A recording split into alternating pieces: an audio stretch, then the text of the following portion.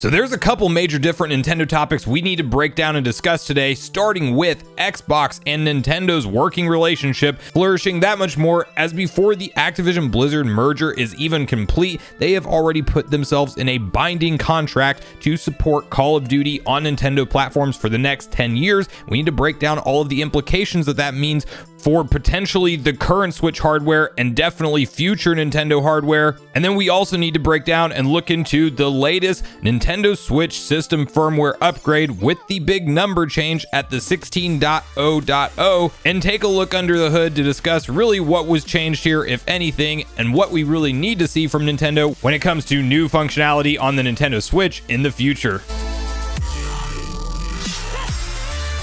What's up, Nation? If it's your first time on the channel, make sure you join Sunbro Nation by subscribing below. Hit the like button on this video if you enjoy it today, and make sure you turn on your bell notification icon so you're kept up to date with all the newest gaming news. And as I mentioned, guys, we are discussing a couple different stories today, and we have to kick it off with the big pending Microsoft and Activision Blizzard merger, and a major franchise that you may know is a massive deal for Activision, which is Call of Duty. And we have reported on this a couple times on the channel so far. Initially, when Microsoft went out of their way to say they were okay with supporting Call of Duty on the Switch for the next 10 years, or on Nintendo platforms rather, as they're not signifying the Switch. The Switch may not even be Nintendo's primary console anymore when the true development work does actually start to take place for this. Then the other time we referenced it was when an interesting development studio for Activision actually opened up in Austin, Texas, right next to Retro Studios, and it had 5 Nintendo alumni working at the company,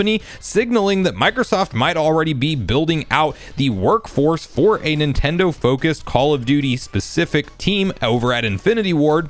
And the reason the story is back in the news once again has to do with the president of Microsoft taking to Twitter in the middle of the night to announce the following: we've signed a binding 10-year contract to bring Xbox games to Nintendo's gamers. This is just part of our commitment to bring Xbox games and Activision titles like Call of Duty to more players on more platforms.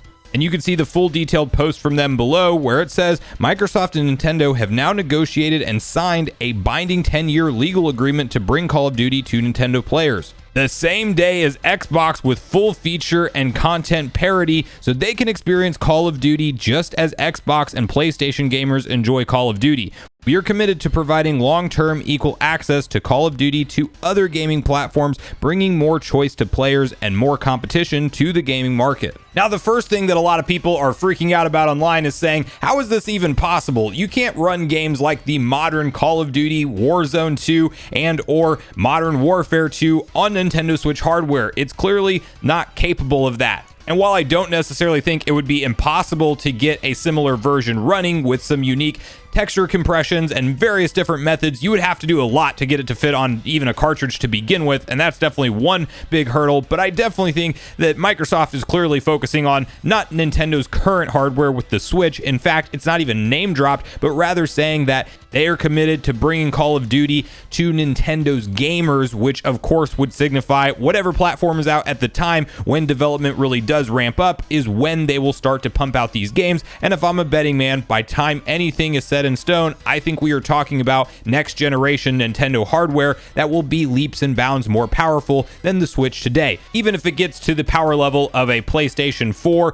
PlayStation 4 Pro range, I mean, we will be more than fine to run games like Call of Duty. Granted, there will still be plenty of enhancements that come with the future iterations, but you can do a lot of things even on mobile technology and a hybrid form factor console like the Switch, assuming that Nintendo may stick to that form factor to get Call of Duty to run. There is also Call of Duty Mobile, so it can run on a variety of different phones, that some of which are probably less powerful than the Switch. And replaying games like Metroid Prime Remastered lately on the Switch has me wondering how far can the developers actually take that hardware if the love and care is put into it. So we will have to see what ultimately comes from this deal. It's very interesting to me that Microsoft is talking about this like it is already a done, closed, merger complete type of deal. They're entering a legally binding contract. I'm sure that somewhere in that document clearly it says that if the merger is blocked, that all of that is null and void. But regardless of that, they are trying to confidently present their case that this thing will go through. They believe they have the right to do it, and that they will also ultimately make the gaming market more competitive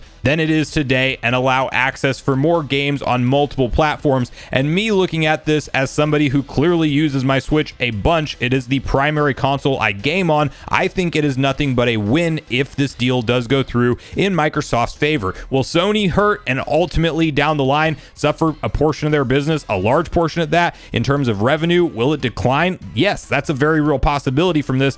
And that's also why Sony is fighting it tooth and nail, even pulling some like very doom and gloom level tactics for them, like their whole business is going to crumple if Call of Duty isn't on PlayStation. And I don't think that that's the case, as Sony's kind of the king of exclusives today anyway. But I've always been saying every time this topic has come up that I don't believe that Microsoft views Nintendo as a direct threat to their business model. And also their business model just quite clearly is Game Pass and you gaming on their gaming subscription service, regardless of what device you are on.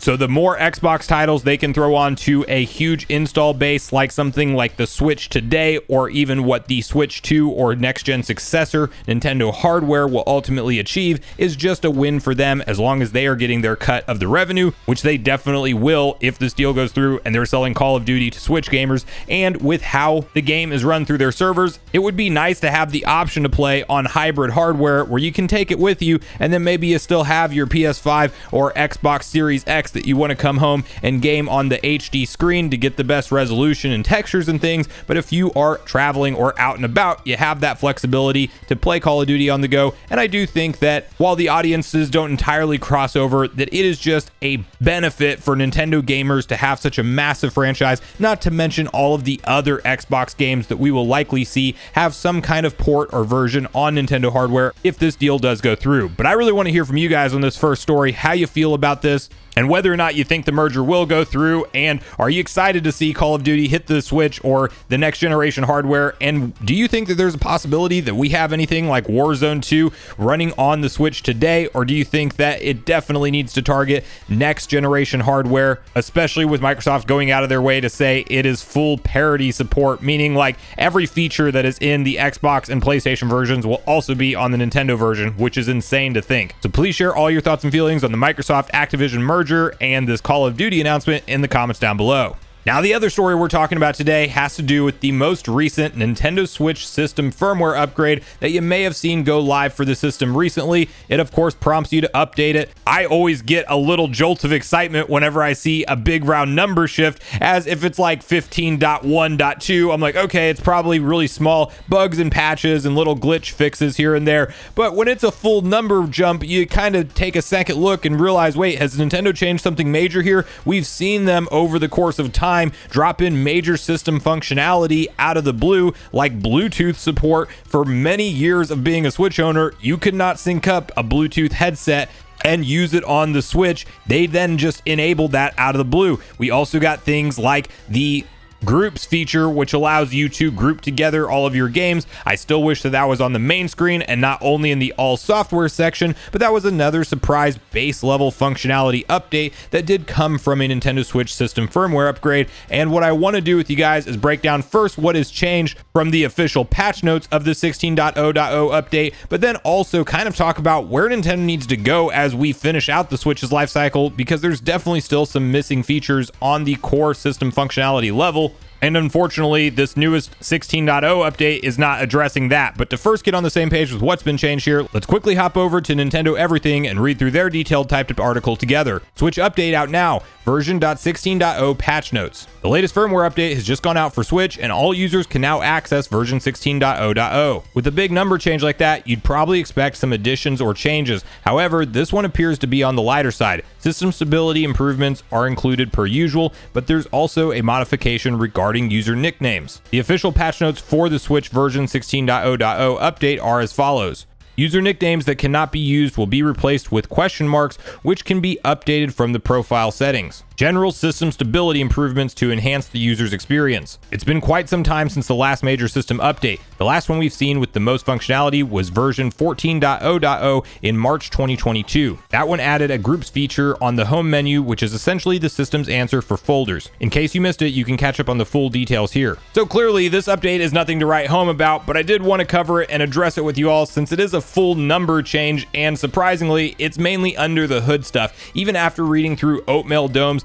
breakdown online for this Switch system update, He mentions numerous different changes under the hood and in the background, like the internal web browser being updated and new error messages programmed in there, little icons changed for HDMI type stuff, and then many different OS modules were modified. I don't claim to know the details of what that really means, but essentially the long and short of it is better system stability, and now you have question marks when you have a nickname that you can't use on your online profile. And that's where I want to just spend a tiny bit of time. I do think that before we sell off into the sunset on the Nintendo Switch era of gaming, that there could still be some good additions around the corner. Will Nintendo do it? That is all ultimately up to them, but we still only have light and dark themes on this 2017 piece of hardware when they've done themes before for things like the 3DS.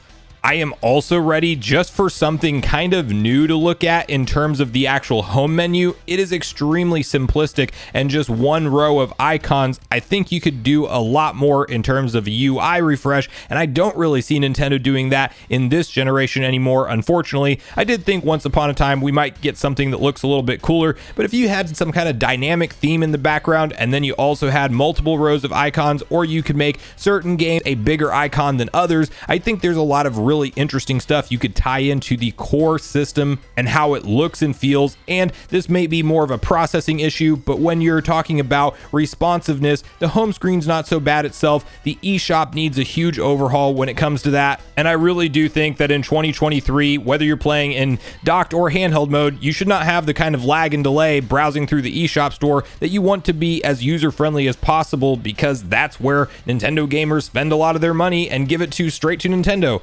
And this last wish list item may fall more into the online side of things, but I really think that how you connect with friends should just be more streamlined. Ditch the friend codes, go to usernames, and make it at least have some kind of online chat compatibility of some sort. The fact that you can't message a friend to say to hop into a game lobby or to go over to this game on NSO so you can play together, and the fact that you just have to send game invites with no context to it, it is a big problem, and I think Nintendo could definitely enable that. Although they may have ulterior reasons for why they don't want to allow that, I still think that in the modern gaming era, there needs to be more core communication built into the system as a whole. But I really want to hear from you guys at this point in the video, your personal wish list for new system update features in the future for Nintendo Switch. Do you think we get any major overhauls before the console's life cycle is done, or do you think that what we have today is ultimately how we will finish out the console? And then definitely bonus, remember to share with me how you feel about the first story we talked about, which is the pending Microsoft Activision Blizzard merger and Call of Duty coming to the Switch or future Nintendo consoles for the next 10 years. So regardless of your thoughts and feelings on everything we talked about today, I do look forward to hearing from you all in the comments down below before you leave the video, as I do look forward to getting a back and forth conversation started with you all around these topics. Go watch yesterday's video next if you haven't already, which is on screen right now. Also make sure you like, subscribe, turn on your notification bell, and I will see you guys in the next video.